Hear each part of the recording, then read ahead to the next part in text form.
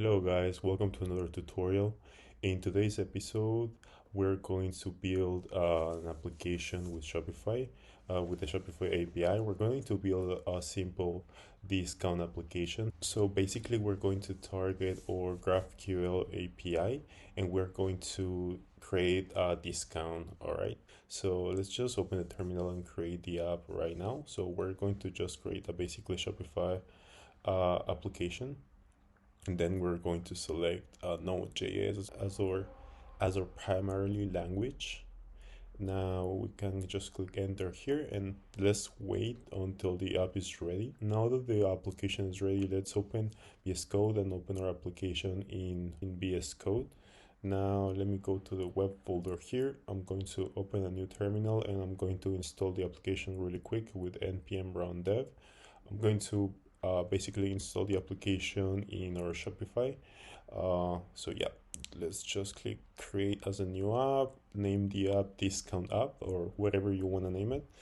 This is just the basic configuration to create a Shopify with the API or with the CLI, I mean.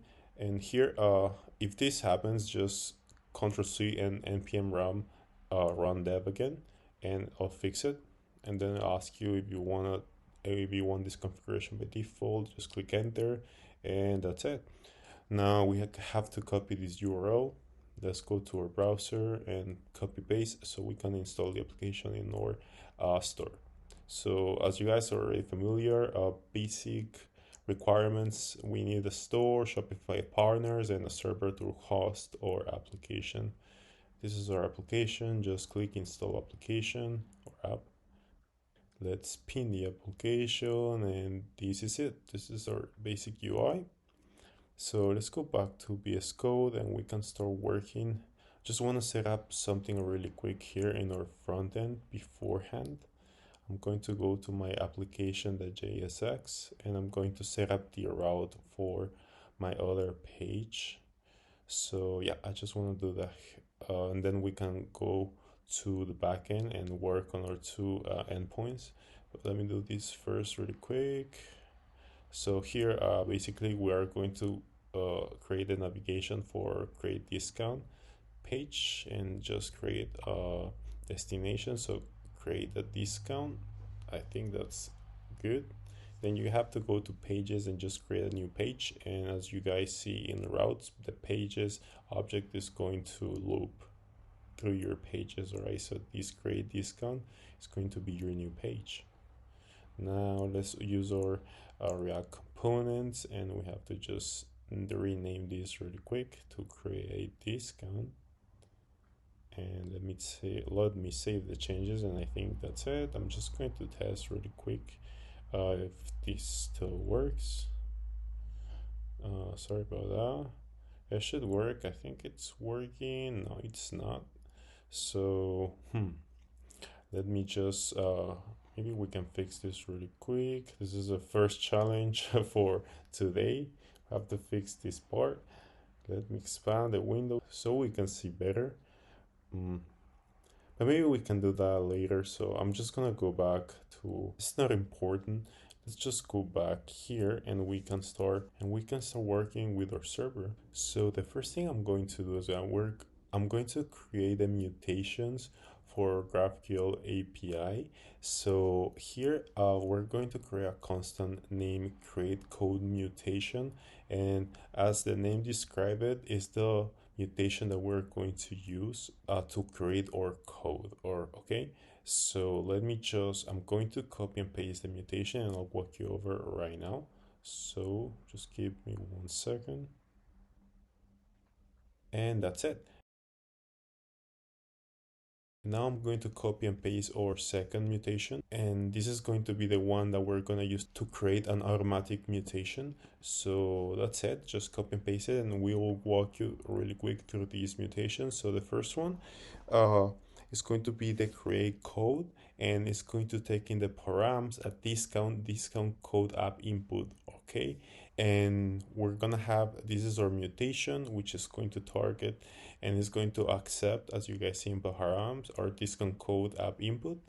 And we're also going to have use errors to handle our errors in case of a server or user mistake. And the same here with our create automatic mutation. Okay. Now I'm going to scroll down and I'm going to start to type right here. We're first going to create a general function to being able to use to so we can be able to reuse our mutations, and then we can just use this function in every endpoint. So it's going to be called around discount mutation, and it's going to be an asynchronous function.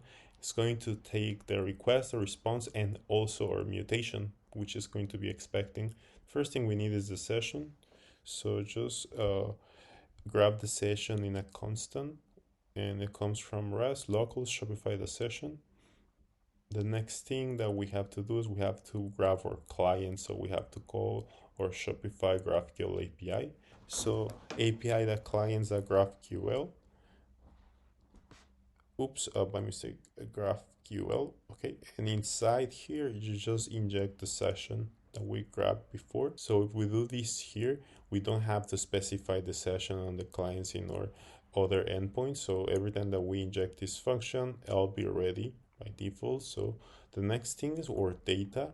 So we have to grab our data, and that comes from the client that query. Okay, so we have to just inside this object specify the data that we are going to be having. All right, so is the query, and here we just inject the mutation. So every time that we do a mutation, we are going to just be changing the param, and that's going to make our lives easier. So yes, and in the variables, just request the body. All right, now we can send or respond. So we can send our response to body. All right, so we can see the full response. So now that our function is ready, let's create our endpoints. So we're going to call our app object, and they are going to be post since we are targeting the GraphQL, and the endpoint for these is going to be API that discounts and that code. Okay, let's just make an asynchronous function one more time, and then here just call your function run discount and inject the request, the response, and also the mutation that we're going to use. So this one is going to be create code mutation. And that's pretty much it. Now we can create our second one. So this one is going to be targeting our discounts automatic, and it's going to be just like our other function. All right, it's going to be an asynchronous function which is going to take our run discount. All right, so just change the mutation at the end. Okay, now that we are already here, we have done working with our backend. So now we can move on to the front end and start calling and try to call our endpoints from React. Okay, so now I'm going to open the terminal and we're going to install a few dependencies that we're going to use. Okay, so navigate to the front end folder, and inside the folder here, let's open our package.json so we can see our packages. And the first package that we're going to install is going to be called Shopify React Forms, which is going to allow us to import hooks for an already made form. It's very useful. I'll leave links in the description. And the next one is going to be Shopify React 18. Okay, so the React 18 is a great package which provides utilities to handle React translations, formats, and those kind of things. Now I'm going to create a meta fields JS, and this file is just going to have a small configuration here, which is going to name the name of our application, and then it's also going to take a key, and here we can say function.config. Okay, and I'll show you how we use this later. So now let's go to our components, and I'm going to create a provider, a discount provider, and that's going to allow us to use one of our packages, and I'll show you what I mean by that right now. So here, let's create a discount provider, and we have to use a couple of imports. So the first one is going to be the app provider, but it's not from this import. It should be from Shopify components. So let me just delete this really quick, and I think that was it. I didn't install it. We're gonna need one more dependency. Let me just go back here and open the terminal. So we're going to type npm install Shopify discounts app components. All right. So these are for this type of application, this package is great because it provides a lot of functionality already made for you. I'll put the link in the description as well if you guys are interested in take a look. Now let's create our function. Okay, export function discount provider, and inside we're going to put our children. Now just close that, and inside here we inject the children and our component, and it's ready. So yes, so we're done here, so we can move on to the next part. Oh, before I forget, go to the index.js that we have here, and we have to export our discount provider. So just type it here inside the object and put the right location. So discount provider, and that's going to come from discount provider. Okay guys, so inside here, first I think we don't need none of these, so just delete everything here about the page. We're going to delete these imports, and inside here I guess we only need the page, so let's get rid of the other imports from Polaris. I'm going to align the two screens here so we can see our changes as we go. Let me put an H1 really quick to test if our application is working. So hello world, and yep, as you guys see, everything seems to be working fine. So yes, first import React, and we're also gonna use state and use callback. Next, we're gonna import button grab and button from Shopify Polaris, and I'm going to go ahead and copy and paste a couple of other imports I have here in order to save some time. We're also going to use form and use field from React form. I'll show you how we can use these custom components later. We're also going to use currency code here. I'll show you how we can display the currency based on your zone, and I'm gonna import our meta fields here. Okay, we're gonna use this custom components here from discount app components, and I'll show you how we can use that right now. We have a summary car, a requirements type, the discount status, the discount class. We are also going to need a couple of other imports from Shopify Polaris now to build our UI, so I'm just going to delete this one right here, and I'm going to paste the rest below. Next thing that we need is use app bridge in order to connect our app with the admin. So I'm also going to import that from app bridge React. We're going to use authenticated fetch from our hooks. Next here, we're going to create a list of products and a list of collections, because we're going to be displaying those where we deselect our target for our discounts here. I'll show you how we can do that. So let me just create a product list here, and maybe just type iPhone, laptop, electronic products here. And let me create another constant, and this is going to be our collections. We're gonna need our date. That's gonna come from date from JavaScript. So let's just create a new object, new date here. Now that we're done with our imports, we can start working on our functionality here. So first thing that we're going to do is we're going to create an object called app that we're going to instantiate from use app bridge. We're just going to switch the active state of the button depending on the state, and yeah, we can change that through later here with the function. Now we are going to use our currency code here, so please instantiate our currency code. I'm going to copy and paste the rest of the things that we're going to use on our states. So these are the pieces of state that we're going to use. So below here we can start creating our functionality.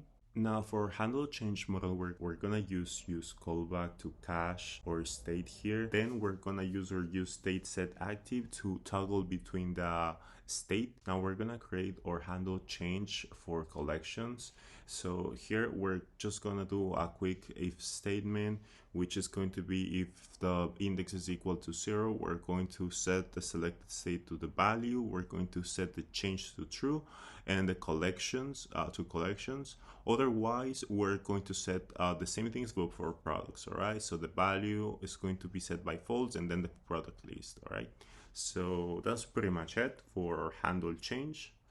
Now this is going to be our handler search, which is going to allow us to search for a specific product. So here we're going to check if the target value first is equal to empty, and then we're just going to return the product list. All right, so otherwise we're going to filter the products. So the products that we have here, we're going to really quick filter them with our method filter. We're going to filter the ones that are lowercase and that they include the value in the target. All right, and always remember to lowercase them, otherwise it won't work. And then we can set those filter products to our products. We're going to do basically the same thing that we did here, but this is going to be for our collections. Now we're going to do another function to handle the change from our checkboxes. So first we're going to destructure from our e-value target, the value and the check, and we're also going to destructure our collections list. All right, and I'm going to console log the value,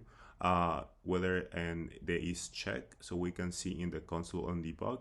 And we're gonna do a quick if statement. If the value is check, we're going to set our state to check and then select our collections to our collections, and then use the spread operator to inject those collections with our value. Otherwise, we're going to set the state to check here, and we're also going to set the collections, but we're going to filter instead. All right, okay, so now we can import or use authenticated fetch, which are going to use to target our API in the backend. But we need this authenticated fetch because we need to provide our token our authentication token in order to do requests to our backend.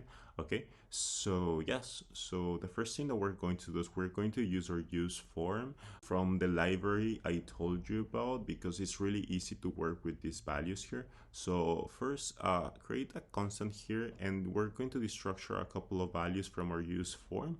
So create the use form widget, which is this one, and then create an object inside. So below here we're going to need a couple of values here. So all the fields that we're going to be targeting or we're going to be displaying at the time is going to be this. So really quick, it's going to be a lot of them. So this is going to be our fields. So we're going to have a discount title, the code, the method, or requirement types, all the things that you need in order to configure a discount in the best way, I would say. So yes, and we're also going to need the functionality. So the state, which is going to have a submit. We're going to have a loading, which is, I'm gonna name it submitting here, a dirty, which means in change of the value in the fields. And we're gonna have a reset, errors, and a make clean in case of reset. All right, so now inside of our use form object, we're going to inject our fields here. So we have to inject the state that we're reading above here, but now we're going to set it to the default state. All right, so now that we have our state from our fields, we can paste our state for our onSubmit part. So which you see here is going to be an asynchronous form, and we're going to console log the form data, of course, every time that we submit, so we can see what's happening here. And here's where we're going to inject our function ID. We're going to inject our forms, or start date, or end date, and we're gonna have our meta fields. All right, this is the reason I created the meta fields before. We're going to specify the type, that's very important, which is going to be JSON, and then we have to call our JSON stringify to parse the quantity and the percentage. Okay, now we're going to create a variable response, which is going to have our response, and below we're gonna check an if statement, and that if statement is going to check whether our discount method is going to be automatic or just a regular code one. So here the value of our response is going to be the value of what we fetch from the API. So we have to await this, and it's going to, and then we're going to use our authenticated fetch and target our API automatic, specify the method post, specify the headers. In the case that the request goes to the code discount API, we're going to do exactly the same thing, going to target our other endpoint here. All right.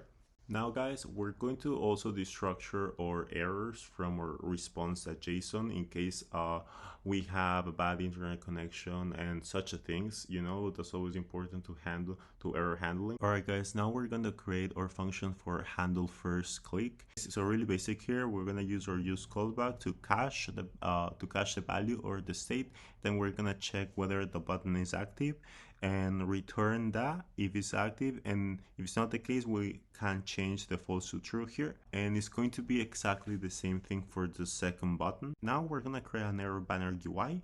In case we have any errors, we have to display something to the user in the screen. And that was pretty much it here. We can start working in our UI. So let's go down here and we're going to work on our page, which is a basic Polaris widget to create a page in Shopify. So this page is going to have a title here. So I'm going to minimize so we can see the changes in screen here. So I think we just have to refresh this page here. And yes, as you guys see, create discount page is the title, and we can, so our server is still working, so we can work on our UI.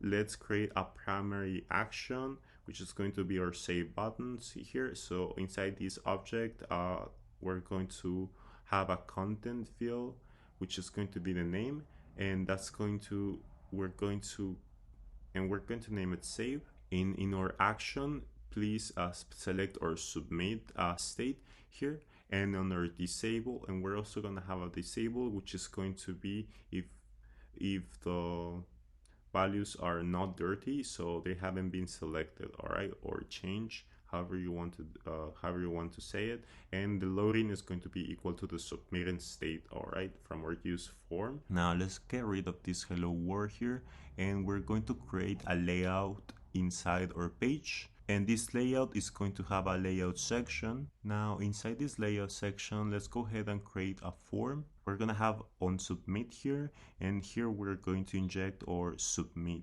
part or submit state from our use form. So yeah, so that's what's gonna trigger the changes.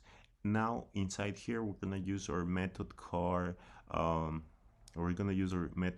component, which we're going to inject a couple of props here. We're going to change, you can inject the title, the discount title, the discount class, which comes from our discount class of product, our discount code, and the discount method. So now let's save the changes and let me check what's happening here.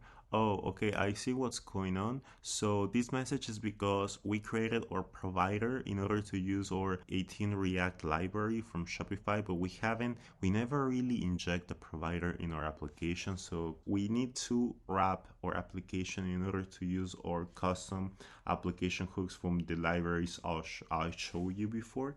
So just import the discount provider here, and I think below the bridge provider we can call our discount provider and then wrap our entire application so the components are available in general here. So let me cut this part and we're going to paste that inside, save the changes, and as you guys see, everything works again. We can see our volume card, and if we click on generate, we're going to generate our code, which is going to be random. Now below here, we're going to create a card, and we're gonna have a title, which is going to be value. Now inside the card, create a card selection. Inside the selection, let's create a stack widget, and in the stack widget, we're gonna have a button group, which is going to hold our buttons. All right. So the first button that we're going to create is going to be the percentage one. Let's change the button group to segmented so they display next to each other very nicely. We have to select our press state, which is going to be is first button active. So as you guys remember, a quick check that we did before, and then we're gonna have on our click, and then you can handle our first button click here. Let's do the same thing for fixed amount button here. So let's create a second button, and we can call our function and an on-click function as well. All right, guys, so now we're going to do some JavaScript here because we're gonna do a quick check, which is going to check if the first button is active. We're going to display a text field, which is going to display our functionality for our percent. Otherwise, if the value is just going to be a fixed amount, we're going to display the same text field, but with the prefix is going to be, in this case, the prefix is going to be $, and the placeholder is going to be 0, a boolean. All right, guys, so now we're going to paste our choice list component, which is going to be the title applied to. And in the choices, we're going to select either our collections or our products, and then we can inject our handle change and our selected state here. Now let's open another stack widget here. We're going to do a quick check here, and we're going to display this text field according to the change that we see or the value that we will select from above. Now open a div here. We're going to do another check, which is going to check or change. And whether we have a change here, we're going to display our model widget, which is going to include our functionality here. So our activator or active state or handle change model. And we're gonna name this add collections, all right? And below here, we can paste our input. The type is going to be text. Now open a model section and we're going to create another stack. And in this stack, we're going to have another form, create a list inside the form. So in the form, we're going to do a really quick check, which is going to check whether we have the collections. We're going to map our collections with our item and our index, providing the key, of course, because we always need a key when we do these mappings. And inside the list item, we're gonna have our input with our checkbox, or item, or check, and our handle checkbox. All right. So we can close our model here, and we can close our state that we open above. And now we can check the other condition. So I'm going to open this part really quick. So we're gonna put our other model here, which is going to be very similar to our other handle change. So we're gonna have our model here, and we're also gonna have our other input, which is going to be the other case here. All right, guys, so below the input, we're going to paste our model section just like above, guys. So we have our model section with a stack or form or list, and we're going to map our products this time. All right. Now we can close our model here, and we can also close our JavaScript object, okay? So below the car, we're going to check another condition, which is going to check whether the discount method value is equal to our discount method code. So this is going to help us use the limited times that we can use the discount. Now we can display our combination card, which is going to take a couple of other props, including the combined discount types with the combined with or discount class, which is going to come from our discount class of product. Now we can paste our active date card, which is going to take our start date or end date and our time zone. All right, guys, so below here, we're going to create one other section, and this section is going to be our secondary section. So when we expand the screen, you'll see how this section gets pushed to the corner. This section, which is going to include our summary card, which is going to be basically a summary of all the options or configurations that we check before we submit our discount code. So here we can inject our headers or discount methods, and we're literally injecting all the values that we used before here, or activate our active dates or usage limits or active dates and the others. All right. Now let's create another section below this one, and this is going to be our final section, which is going to include our primary action button.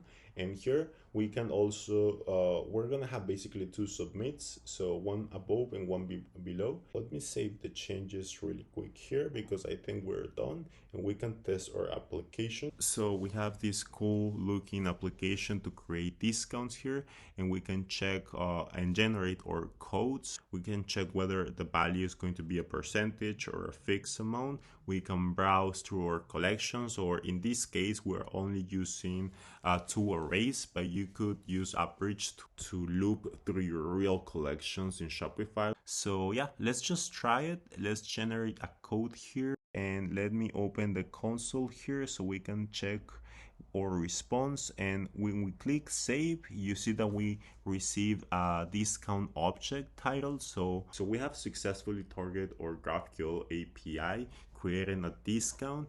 And as you guys see, we get all these values in return, and this discount, and if you were to apply these discounts in our products, they will work because now they are in your Shopify. You could use a database to save these discounts and then display them to the user. So as you guys see, this is all the information that we get, and that was basically it. This is our application. Thank you so much for watching the tutorial, guys. I promise I'll try to upload a couple of other similar tutorials like this. Don't forget to like and subscribe, and have a great day. Bye bye.